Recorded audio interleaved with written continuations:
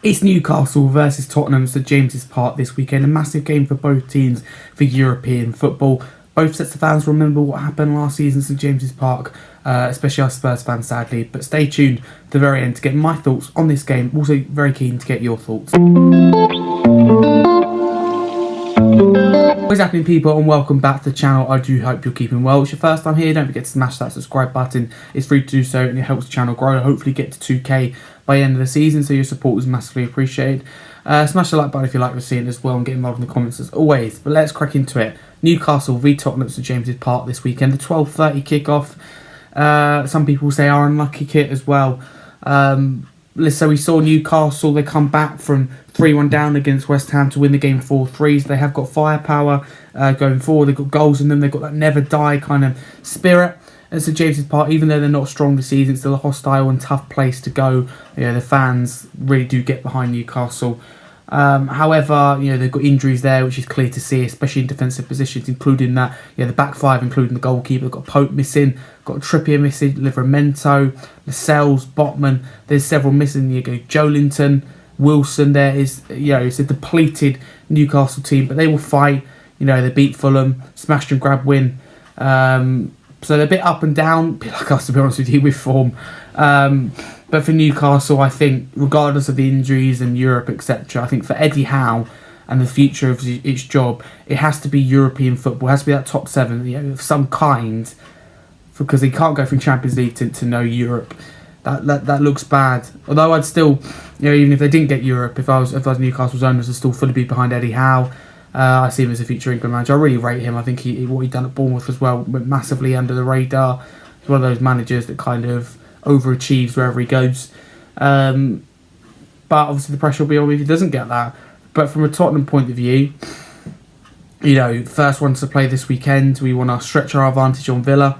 So we know that after this, you know, you've got Arsenal, Chelsea and Liverpool. It's going to be tough, but we're going to have to. There's going to be situations where if we can't win, we've got to make sure we don't lose. I don't, you know, like Antonio Conte, and I'm thankful for what he'd done, but I wouldn't have him back, etc. But one thing he was right about, or I can't remember if it was him or Mourinho, I said, pretty sure it was Conte. Games you can't win, you've got to make sure you don't lose, and that is very important for Tottenham. You know, in the next 3-4 games, if we just get points here and there, I'm happy with that. We can't lose 3 or 4 in a row. That puts us in trouble, and especially if 5th place isn't Champions League, although as we said before, it should be. So in terms of lineup, I think I would make one change. It would be Bentancur. It'd be Bentancur for Sarr. I think it would be I don't think Basuma should necessarily be in that team, but I think in this game Sarr's better off the bench with the energy he brings. So it would be Vicario in goal, Porro, Udogie, Romero and Van der Ven. What a defence. So they haven't gelled together defensively as a unit, but fantastic back 4 or 5 including the goalkeeper. Basuma would be the 6, Bentancur would be the 8, Maddison would be the 10. Then up front, Son stays as number 9. Obviously, I love Sonny, but I don't really want him there. But with Richarlison injured, there isn't really an option. Werner on the left doing really well, and the same with Johnson on the right. So that is my lineup. Let me know what you change in the comments below.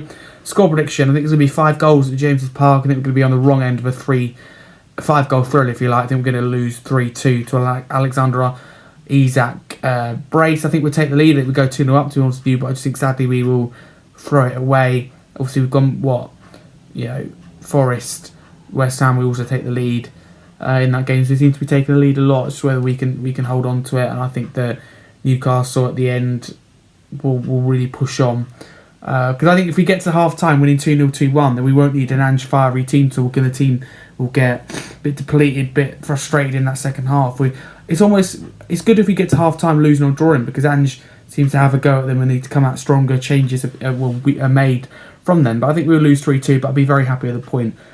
Saying now, some people go, oh, Harry has not shown ambition, Newcastle are below, but St James's Park is still a tough place to go, and 4 points off Newcastle overall in the season.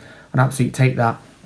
But if you're new to the channel, don't forget to smash that subscribe button. It's free to do so, and it ultimately does help the channel and the podcast grow. It'd be massively appreciated. So subscribe for Premier League, England and Tottenham content. Obviously the Premier League show Wednesday night. You've got your England content when they play major tournaments, friendlies, and your Spurs content, you know, your match reactions, your match previews, your match day vlogs, your daily Spurs updates, your weekly live shows every Monday 7:45 PM with special guests. Turn the notifications bell on so you get up to date with all of that. or just what you're interested in. Smash the like button, it helps more people see it. And as always, get involved in the comments because your opinion matters here at the channel. But for now, come on you Spurs. Hopefully I'm wrong with my score prediction. I often am.